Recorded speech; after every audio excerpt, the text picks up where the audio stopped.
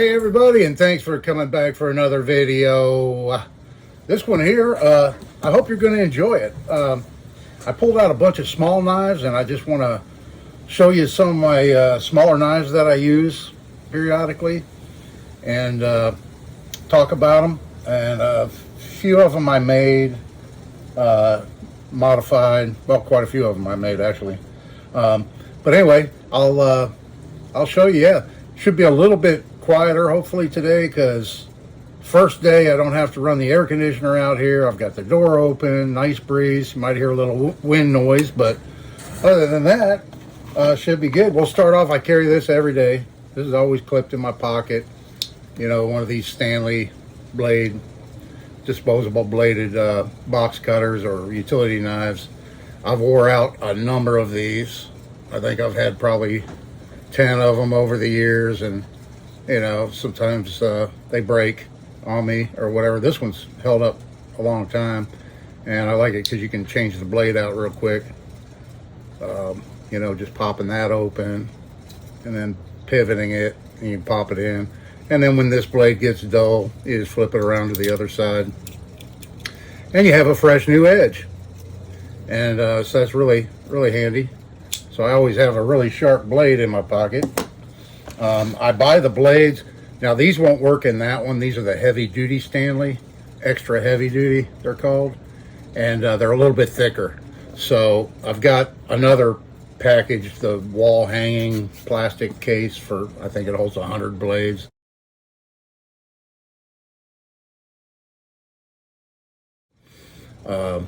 Hanging on the wall, and that's the ones I use in this, and one, like, you know, the retractable bladed utility knives like this. This is an old one. They'll take the thinner blade. The thick ones won't work in that one.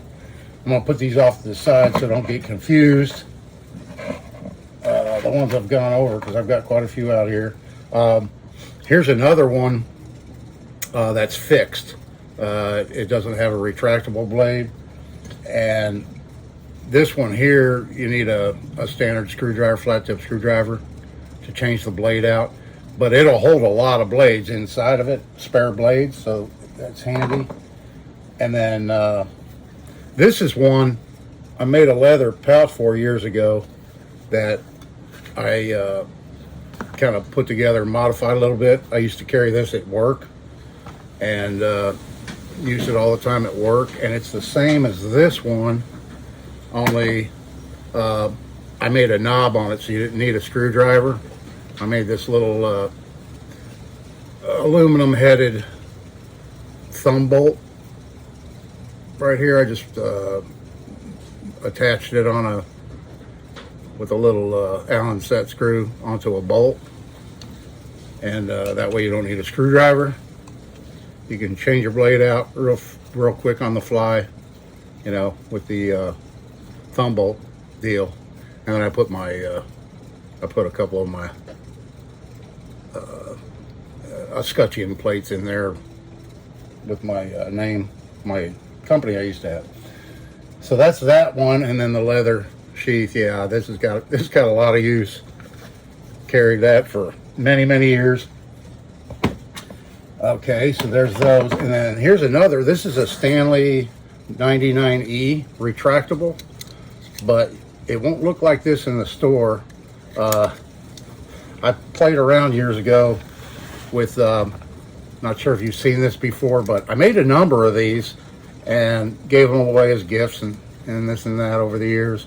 But you just take what I used was like I think it was a 5-gallon bucket of water, and then you suspend the parts, whatever you want to coat with wire, down under the water.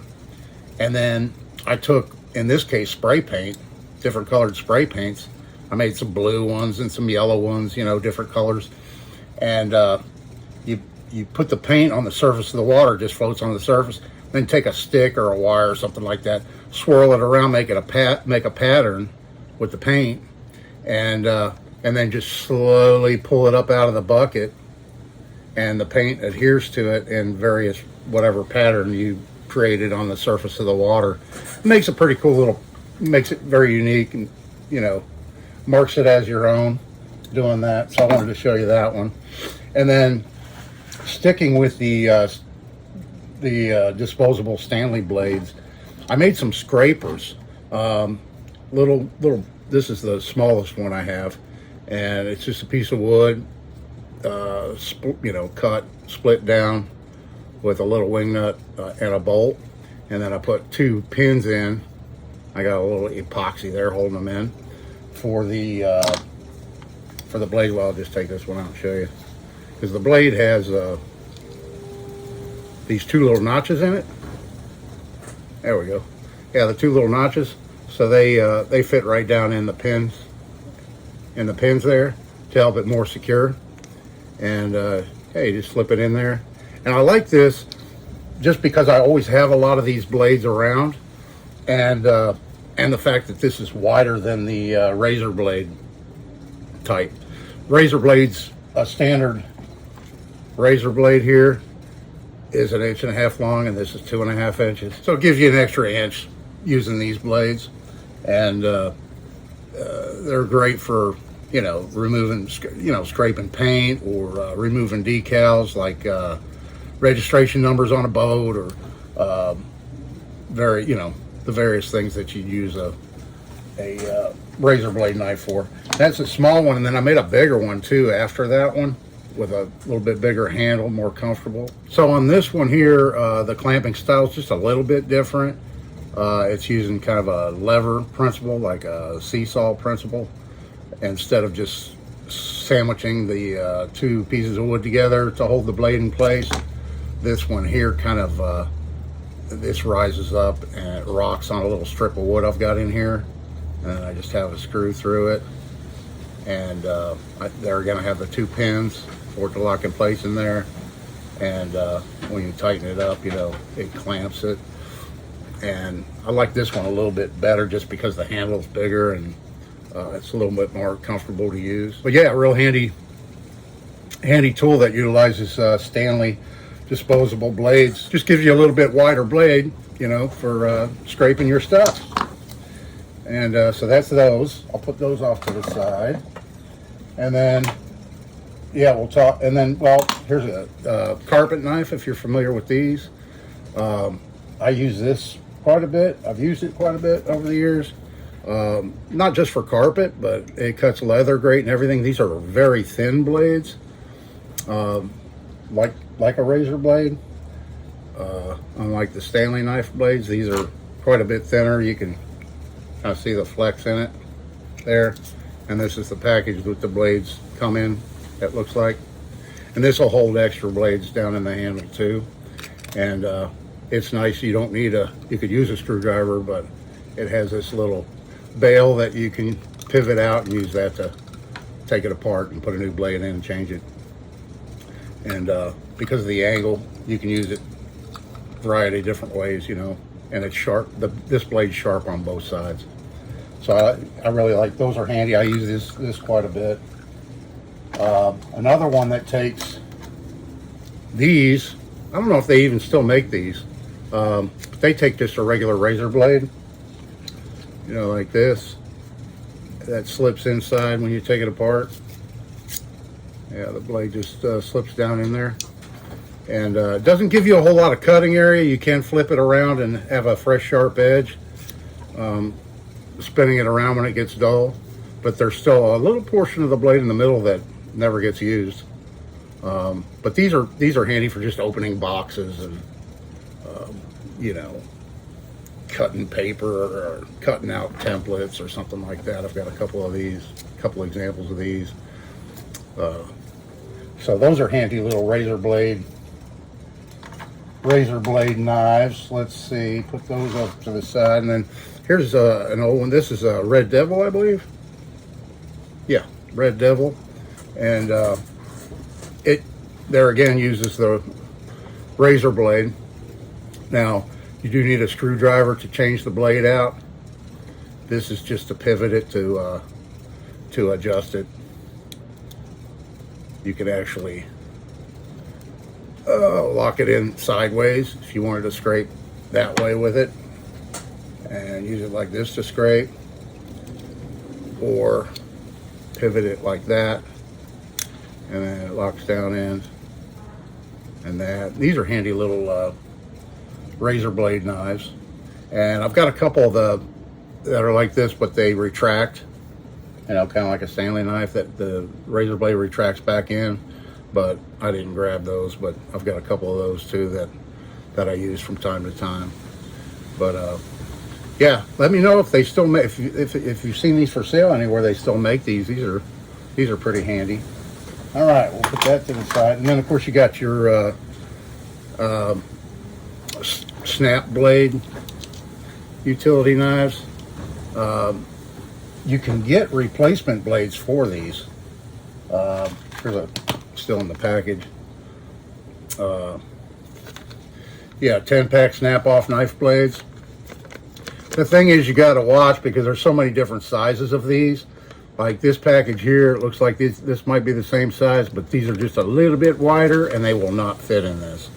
So I'll probably end up just throwing this one away and find another one in my stash that holds this size blade. I have some more here, and here's the bigger model, the bigger size that I don't really use that much, but I don't use those too often. The snap blade. Just because I'm used to the Stanley and the, you know, this knife. Here's one of these little keychain, had a little chain on it one time. And this one doesn't have a snap-off blade.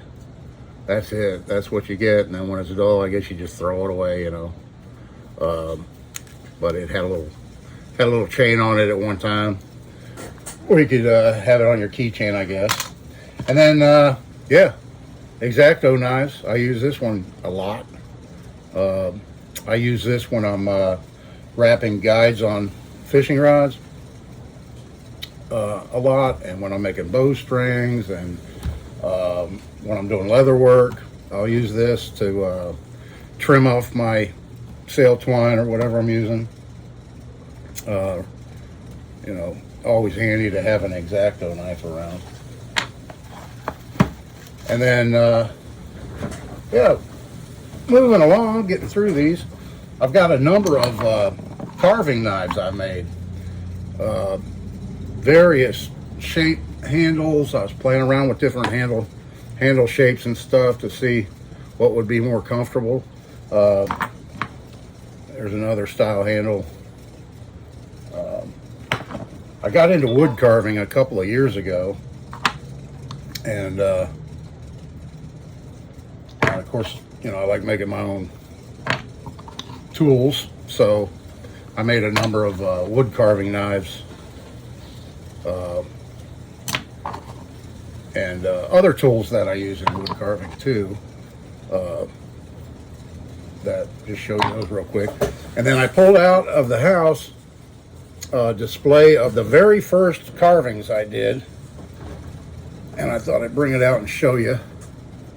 So these are when I first got started learning how to do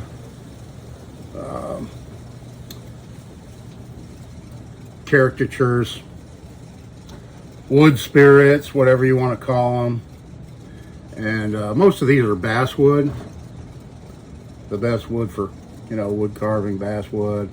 This guy here is pine on the end here. I think all the other ones are basswood. And yeah, so I started doing that, and then I started making smaller round ones. I didn't grab any of those to show you, and I put them on walking sticks, on the top of walking sticks that I make. So I have a number of those that are round, not flat on the back. Here's the here's a block of the wood I use, the basswood. And yeah, that's the, I wish I could find a place to get this real cheap, but yeah, it's not very cheap to buy. I guess it's one of the better woods out there for carving and getting a lot of detail and stuff like that in your carvings. I've got some other tools, like I said, I use for wood carving I could show you, but well, this video is getting a little long, so I'll save that for another day. Hope you enjoyed it. I was happy to show you some of my small blades and my wood carving stuff. So anyway, yeah, this is Dave. Thanks for watching. See you in the next one.